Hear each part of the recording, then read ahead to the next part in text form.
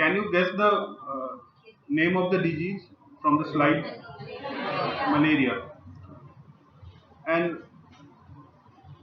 why we are worried about malaria?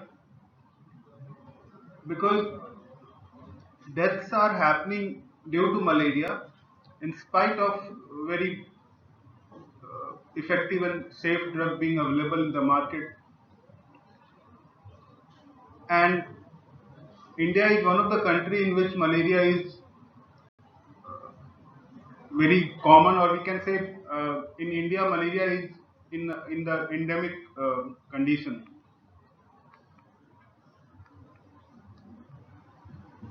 So we will discuss about antimalarial drug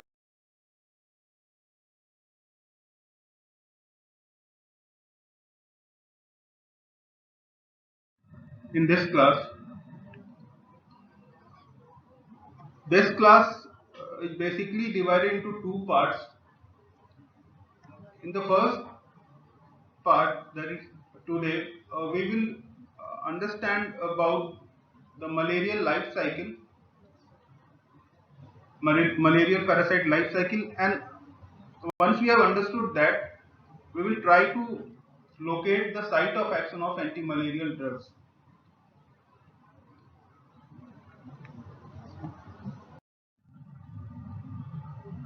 Now, I was telling you why malaria is very dangerous, because if you compare the death caused by malaria to the death caused by HIV/AIDS, malaria in fact kills in 1 year what AIDS can kill in 15 years. But the unfortunate thing is that each and every death that happens due to malaria are preventable. But the problem is of more importance. It has become more significant because of the increased cases of drug resistance, particularly the resistance to chloroquine, which was the first line drug available for the treatment of malaria. Now we have chloroquine resistant strains of P. falciparum very prevalent, and that had to some extent made our work a little difficult, but still we have other alternatives to which we can go to and we can effectively treat malaria. Now you all know the basics, that malaria is caused by the obligate intracellular protozoa called Plasmodium. And the species of the genus Plasmodium associated with malaria are basically 4. Now we have the 5th one also added to that. Primarily we have P. vivax, P. falciparum, P. malari, P. ovale, and now we have P. knowlesi added to that, and it is transmitted by the bite of female Anopheles mosquito. The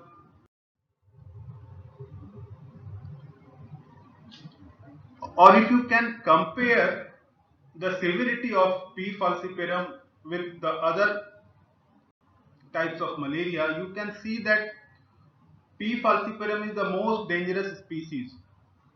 Why? Because mostly it leads to death if the treatment is not given to the patient in right time, because it can cause acute rapidly fulminating disease, and patient will manifest with high fever, orthostatic hypotension, and massive erythrocytosis happens, leading to capillary obstruction, and ultimately death can happen. Compared to P. falciparum, P. vivax cause a milder form of malaria. Now typically if you see a case of malaria being an acute as well as a chronic illness, initial manifestations will be non-specific. It can resemble to that of the flu-like symptoms like headache, fever, shivering. But the characteristic things are the paroxysmal attack that happens in malaria. And these paroxysmal attack basically comprises of three distinct stages. It starts with the cold stage, in which patient will complain of chilly sensations along with the rigors, and it will last for approximately 15 minutes to 1 hour, and it will be followed by the hot stage, in which patient will feel burning hot and the skin will be hot and dry to touch, along with intense headache, high pulse rate, and this hot stage will last for approximately 2 to 6 hours, and followed by this hot stage there will be sweating stage, in which the fever will come down automatically with profuse sweating, and this sweating stage will last for approximately 2 to 4 hours. So this cold stage followed by hot stage and then the sweating stage gives you a definite clue that it might be a case of malaria. And this paroxysm have different frequencies. Like in P vivax and P oval, this paroxysmal attack happens every 2 days, and P falciparum also it is in that range only. There might be slight difference compared to P vivax. In P falciparum, it is in 36 to 48 hours. So the range is almost same. That is 48 hours. And why this paroxysmal attack happens, or these paroxysmal attack actually coincides with the rupture of the infected erythrocytes with the release of merozoites in the bloodstreams.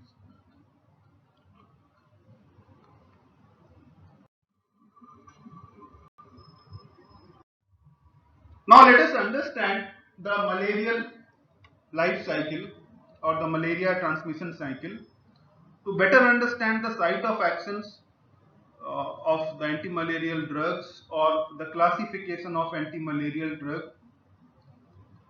based on their either site of action or based on their clinical uses.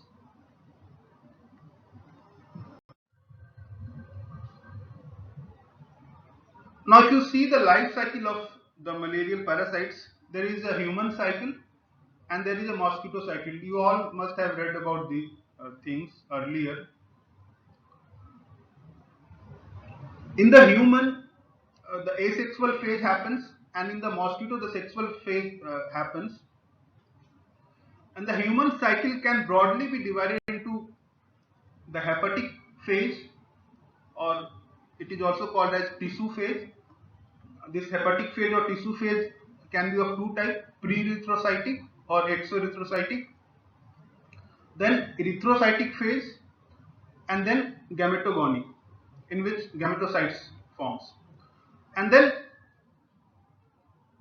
when the mosquito bites the infected human, uh, they take the gametocyte, the immature gametocyte. The maturation of gametocyte happens inside the mosquito, and then fertilization of male and female gametes happen inside the mosquito. The sexual reproduction occurs, and then ultimately it leads to the formation of sporozoites.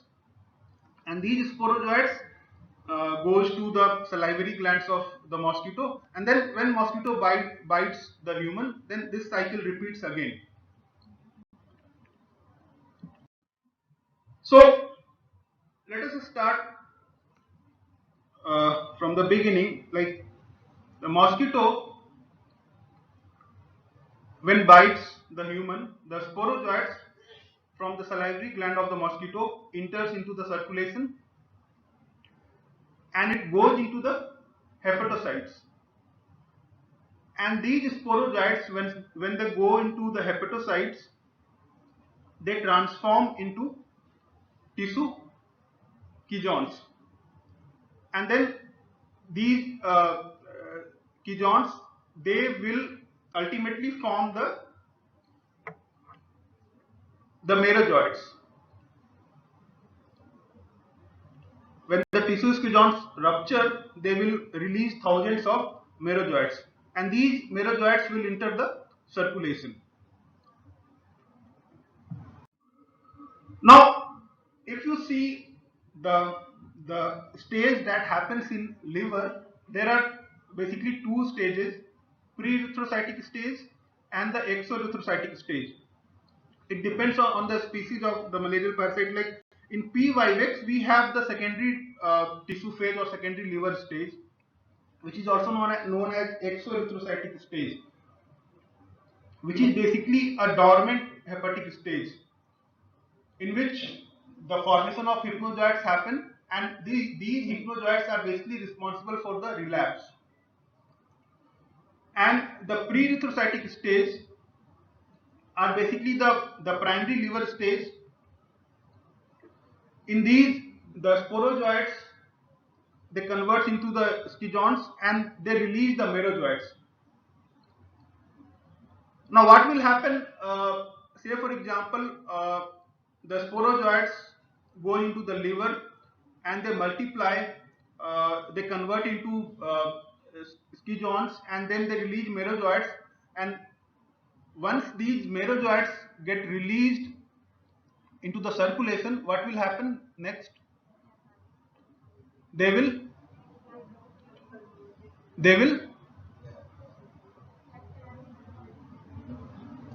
infect the RBC.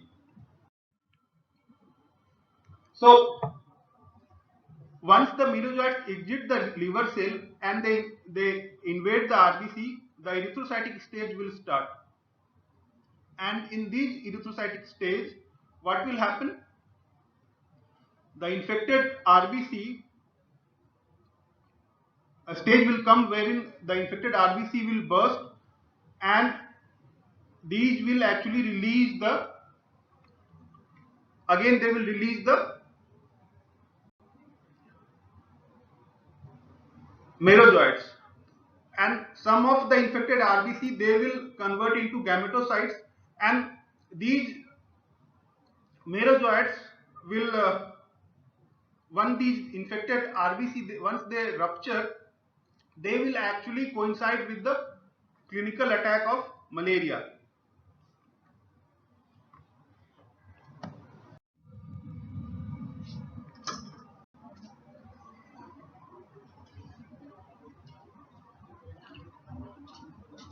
Now there are two things that you need to understand. Once from the perspective of P. vivax and P. ovale, and one from the perspective of P. falciparum and P. malariae. Now what I had told you, in the P. vivax and P. ovale, there is a exoerythrocytic stage, and these erythrocytic stage actually leads to formation of hypnozoites, and these hypnozoites are basically can lead to relapse. So what you need to do in cases of P. vivax or P. ovale, you need to treat both erythrocytic stage as well as exoerythrocytic stage, because if you don't treat both, it will lead to relapse, because treating the erythrocytic stage will lead to clinical cure, whereas treating the exoerythrocytic stage will lead to complete elimination of hypnozoites, which are or which can be responsible for the relapse. Whereas in cases of P. falciparum and P. malariae, there is no exoerythrocytic stage. So you only need to take care of the erythrocytic stage. You don't need to take care of the hypnozoites in that particular case. Are you getting my point? So radical cure or elimination of hypnozoites are only required in cases of P vivax and P oval, whereas you don't need to eliminate hypnozoites, or you don't have exoerythrocytic stage in case of P falciparum and P malaria, so you don't need to take care of that part or that exoerythrocytic stage. So just remember, in cases of P falciparum and P malaria, there is no persistent tissue phase or there is no exoerythrocytic stage. So naturally, if there is no exoerythrocytic stage, there won't be any formation of hypnozoites, and if there is no hypnozoite, there won't be any chances of relapse. So you don't need to give treatment to kill the hypnozoites. That is, the treatment that is needed to kill the hypnozoites are basically called as radical cure. So you don't need radical cure in cases of P falciparum, but you need radical cure in cases of P vivax and P oval, because there are hypnozoites remaining in the liver due to the exoerythrocytic stage, which can be responsible for the relapse. Now there are two terms that you should understand. One is relapse and one is recrudescence.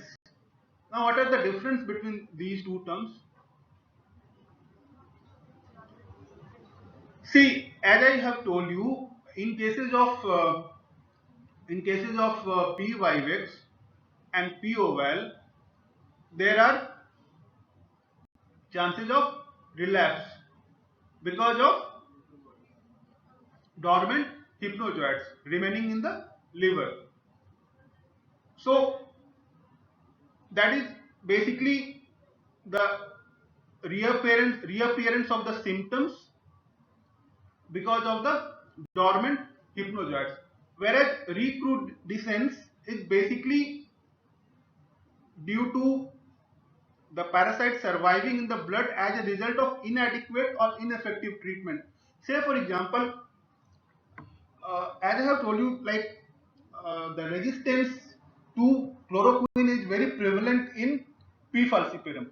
Now you have given a treatment with chloroquine to a patient who is suffering from chloroquine resistant P falciparum malaria. So there are chances that because of the inadequate treatment or ineffective treatment, the symptoms will return after a few days of symptom free interval. So recrudescence is basically common in P falciparum. Okay, these two basic terms you should understand.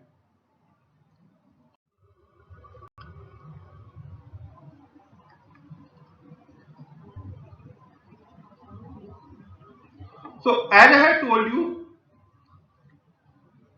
in erythrocyte, the asexual reproduction happens, leading to formation of mature ketones, and when these infected erythrocytes, uh, which contains ketones, when they ruptures, they will release merozoites, and this rupture of the infected RBC releasing the merozoites basically coincides with the febrile attack of febrile attack that you see in malaria. Now, one more thing. Initially, I had told you that P falciparum is more dangerous compared to P vivax. Now, what can be the reason behind this? Why P falciparum is more dangerous compared to P vivax? See, the basic reason is, as I told you, the rupture of the infected RBC release the merozoites. Now, if you compare the release of merozoites in cases of P vivax and in cases of P falciparum, in P falciparum, each cycle will release about 20 times more merozoites compared to the P vivax. That is itself is one of the more reason of the severity of attack of falciparum. And because of more merozoites, there will be more infestation of the RBC, and it can lead to hemolysis, endotoxin release, cerebral toxicity. The bilirubin load will increase. It will affect the kidney and liver. Then it can also lead to hypovolemia, shock. And the most important thing is that P. falciparum, mostly they are resistant to chloroquine nowadays. So that is the another aspect which adds upon its severity. Are you getting my point?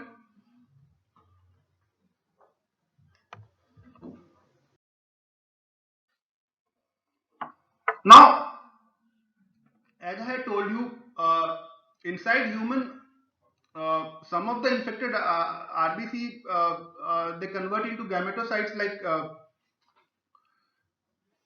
and when a mosquito bites the human, they will take the immature gametocytes, and inside the mosquito the maturation of gametes happen inside their gut wall lining, and there is the fusion of male and female gametes inside the mosquito, leading to formation of the zygote then convert into oocynates, and then oocyst forms, and ultimately the formation of sporozoites happen inside the mosquito, and these sporozoites basically resides in the salivary glands of the mosquito, and when they bites the human, then these cycle again repeats. So this is a vicious cycle. If the mosquito carrying the plasmodium, then it will transfer it to the victim's bloodstream in its saliva, and if the person is infected, they will transfer the plasmodium into the mosquito, which can then fly off and infect someone else. So with this basic understanding, let us understand the classification of antimalarial drugs. Now, I hope you have got basic idea regarding the malarial parasite life cycle, and now let us correlate with the antimalarial drugs. Now, if you see the classification of antimalarial drug, broadly there are two classifications. One is therapeutic classification, and another is chemical classification. Chemical classification we all are aware of, but we don't give more emphasis to the therapeutic classification.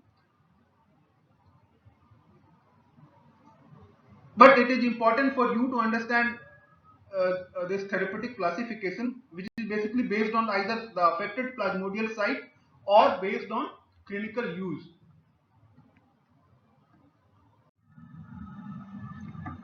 Now, broadly, what we have seen, the malarial life cycle in the human, what we have seen in the liver, there are basically pre-erythrocytic stage, and in cases of P. vivax and P. oval, there is exoerythrocytic stage.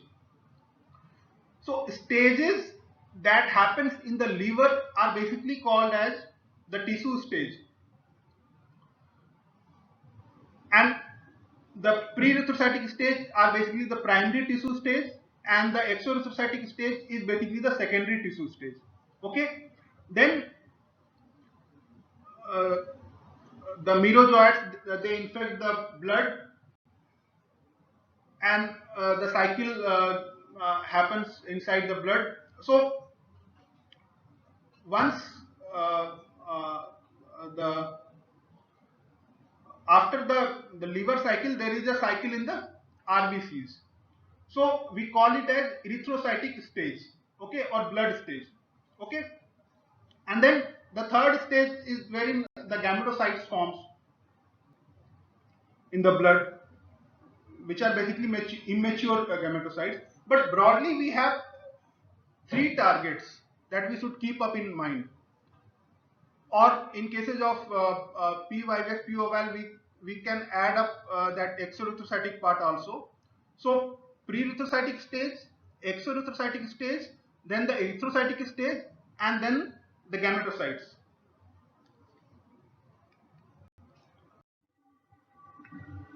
So first category of drug which are called as tissue schizontoscidal drugs, which actually targets the tissue schizones, and where at what space or at what organ the tissue schizones resides or exist in the liver. And in the liver we have told you that there are primary tissue form and there are secondary tissue form. So primary tissue form is basically the pre-erythrocytic stage, and the exoerythrocytic form is basically the secondary tissue form. So we have tissue schizontoside drug, and then we have to take care of the infected RBC through the blood schizontoside drug, which influences the erythrocytic schizones. And then we have gametocidal drugs, which take care of the gametocytes in the blood.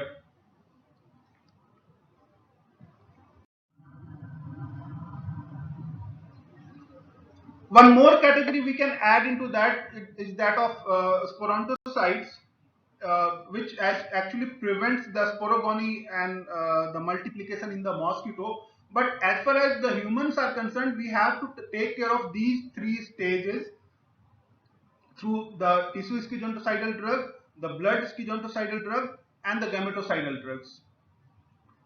Are you getting my point? So tissue schizontocidal drug, what it will do? It will either target the primary tissue form or the secondary tissue form. Blood schizontocidal drug will basically target the erythrocytic parasites, and the gametocide will kill the gametocytes. Now let us first start with the pre-erythrocytic drugs, or which targets the pre-erythrocytic stage, which are also called as primary tissue schizontocidal drug. So let us recall the malarial parasite life cycle. What happens when the sporozoites enters the circulation? First, it will go into the hepatocytes, and their multiplication will happen, which will ultimately lead to formation of merozoites, and then it will attack the RBC. Now let us focus on that initial part. If you prevent this initial hepatic cycle, you can cut off the entire cycle. Say for example, a sporozoites has entered into your circulation. What these sporozoites will do, they will go into the liver and they will multiply. So what you will do, you will target that particular first stage wherein they are multiplying in the liver, so that they do not cause the malaria, they do not lead to malarial attack. So these primary tissue schizontocidal drugs, they act on the primary tissue forms of the plasmodia. So by blocking this stage, further development of the infection can be prevented. But this is more or less theoretical, like this causal prophylaxis we call it as, through this primary tissue schizontocidal drug. It is more or less, we can say, theory based compared to the practical aspects, because it is impossible to predict the infection before the clinical symptoms begin. Anyway, we can use primaquine for this purpose, or we can use proguanil for this purpose. Proguanil can be used for P. falciparum, but proguanil is not effective for P. vivax. Then let us talk about the secondary tissue form, or we attack the secondary tissue form through the secondary tissue schizontocidal drug. So these secondary tissue form, or the exoerythrocytic stage, it will exist in what type of malarial parasites? In in P. vivax and P. ovale. So through these secondary tissue schizontocidal drugs, you will target the hypnozoites, which are basically responsible for the relapse. So if you kill these hypnozoites, you will basically lead to radical cure, so that relapse do not occur. So you can kill these hypnozoites by a drug known as primaquine. Okay. So what we have seen, primaquine is targeting both primary as well as secondary tissue stage. Are you getting my point?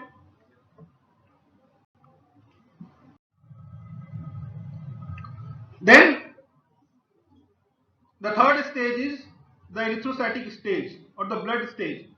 So we target that through erythrocytic schizonticidial drug. Now this is most important from the clinical cure perspective, because as I have told you, the rupture of the infected RBC coincides with the attack of malaria or febrile attack of malaria. So you need to give clinical cure to the patient in that particular, and for that you need the erythrocytic schizonticidial drug. Now there are two broad categories of erythrocytic schizonticidial drug. One is high efficacy fast acting drug.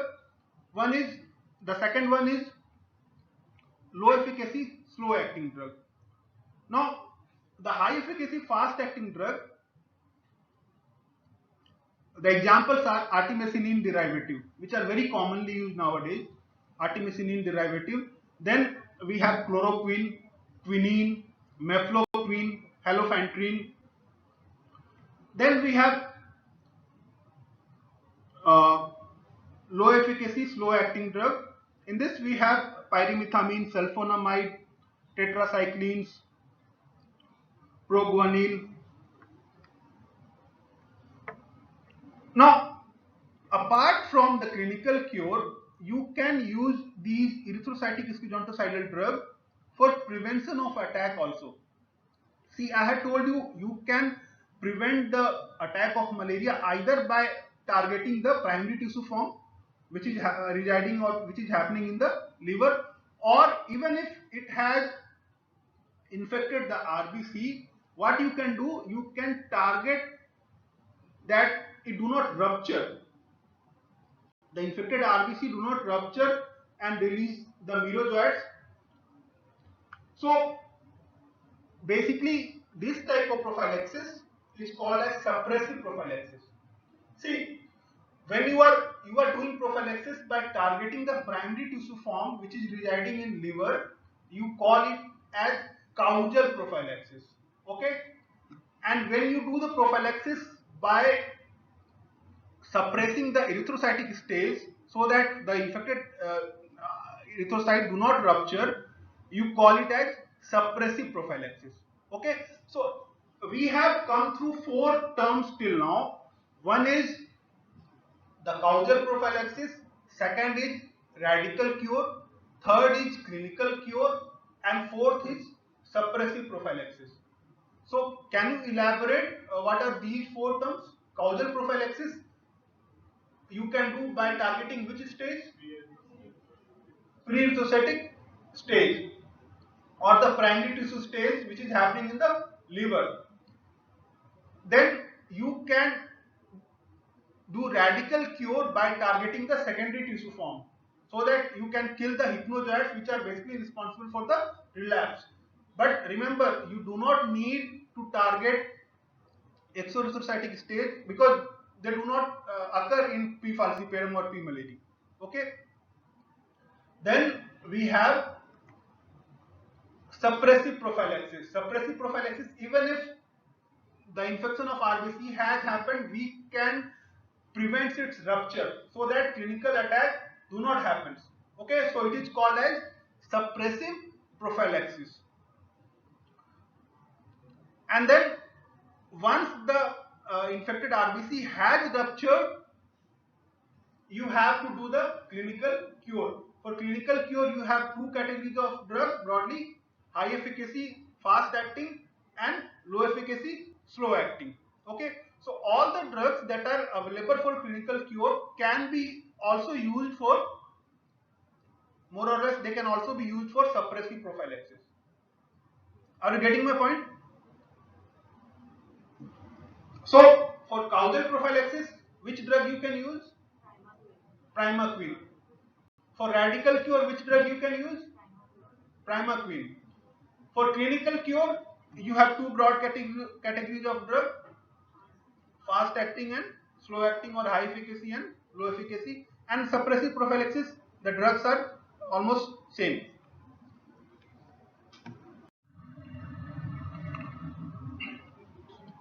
Then we have the gametocidal drugs, which will kill the gametocytes and prevent the transmission of the infection. In this we have again primaquine and artemisinin, which are effective against gametocytes of all the species. Whereas chloroquine and quinine is only effective against P. vivax and P. ovale. Then the sporontocytes, these will make the gametocyte ineffective within the body of the mosquito, so that ultimately the sporozoites do not appear. So sporontocytes are pyrimethamine, proguanil. Now let us focus on the classification based on clinical uses. These we have already to some extent we have discussed. First was the classification based on their site of action, and quite overlapping to the first part is the classification based on clinical usage. We have already to some extent discussed these things. So classification based on clinical usage, we can either for prophylaxis, drugs used for prophylaxis, drug used for preventing transmission, and then drugs used for clinical cure and drugs used for radical cure. So prophylaxis, in the context of malaria, there are two types of prophylaxis. What I have told you: causal prophylaxis and suppressive prophylaxis. So causal prophylaxis, we are targeting the primary tissue form, and suppressive prophylaxis, what we are targeting? Erythrocytic stage through the blood schizonticidial drug. Understood? Good. For preventing the transmission, like to cut upon these transmission of malarial parasite life cycle, we have two categories of drug: gametocidal drug and the sporontocidal drug. Gametocidal drugs, which actually targets the gametocytes inside the human, in immature gametocytes inside the human, and the sporontocytes basically targets the the gametocytes inside the mosquito, so that sporozoites do not forms. And then we have clinical cure, drugs for clinical cure. In this we have the blood schizontocidal drug, again high efficacy, low efficacy, and then radical cure. For radical cure, you target secondary tissue form, which actually occurs in cases of P. vivax and P. ovale.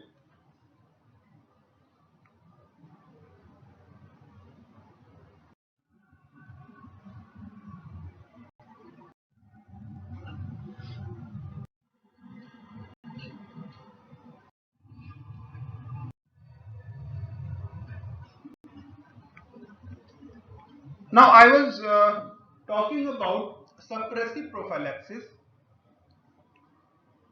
Suppressive prophylaxis, I told you that the drugs which are used for clinical cure can also be used for suppressive prophylaxis, but there are some things that you need to remember. One thing is that in India, chloroquine is not recommended to be used for suppressive prophylaxis. Though theoretically it is effective, but it is not recommended. You can opt for either mefloquine or you can opt for doxycycline.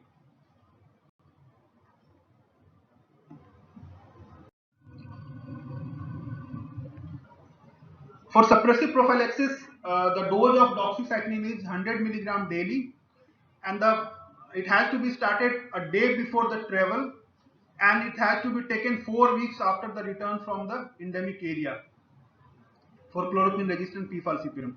But doxycycline should not be prescribed in cases of pregnant women and children less than 8 years of age. Other option is mefloquine. The dose is 250 milligram weekly, starting week before travel, and to be taken 4 weeks after the return from the endemic area.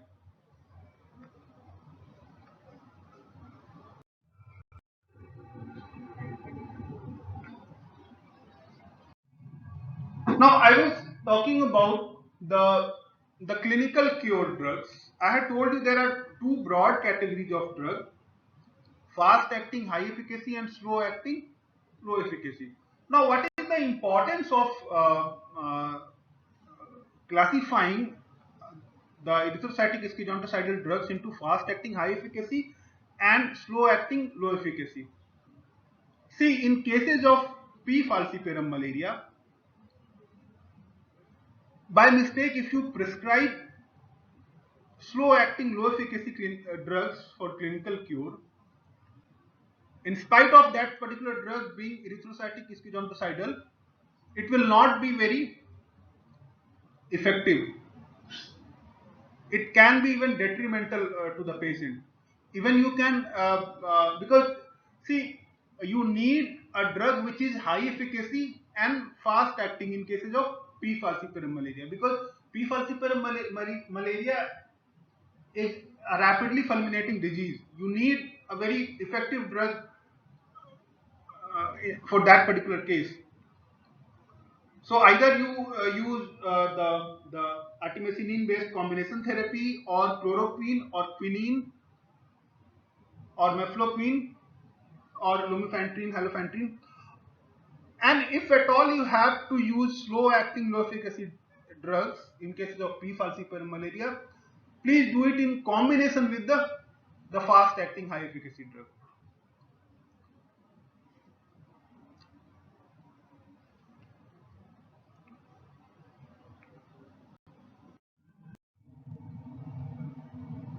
So if you compare the drugs which are available for the clinical cure, what you can see, the artemisinin, the onset is fastest, though its duration of action is short, but its onset is fastest. It has got good activity, and the cases of resistance are also negligible.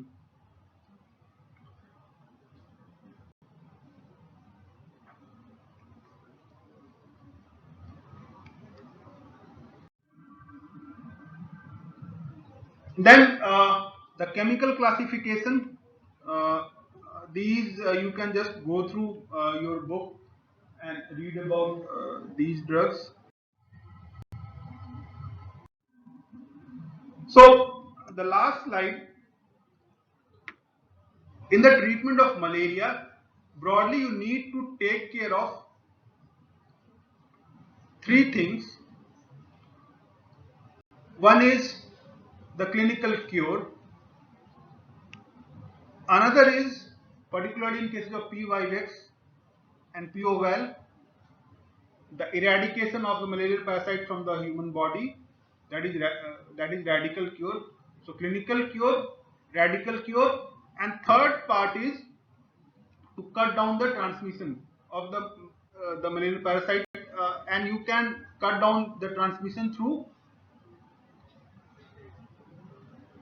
gametocidal drug and sporontocidal drug. Suppressive prophylaxis or causal prophylaxis. Suppressive prophylaxis is, say for example, a patient or a person from a non-endemic area is planning to travel to the endemic area.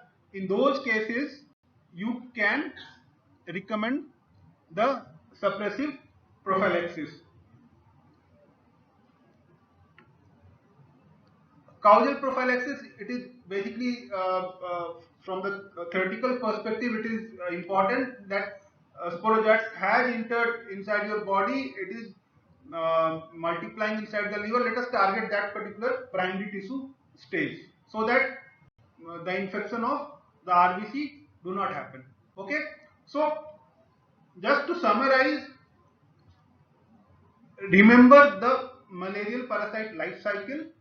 Okay, and just remember inside the human where you have to target, like either in the liver or in the blood, or to cut down the transmission you have to target the gametocyte.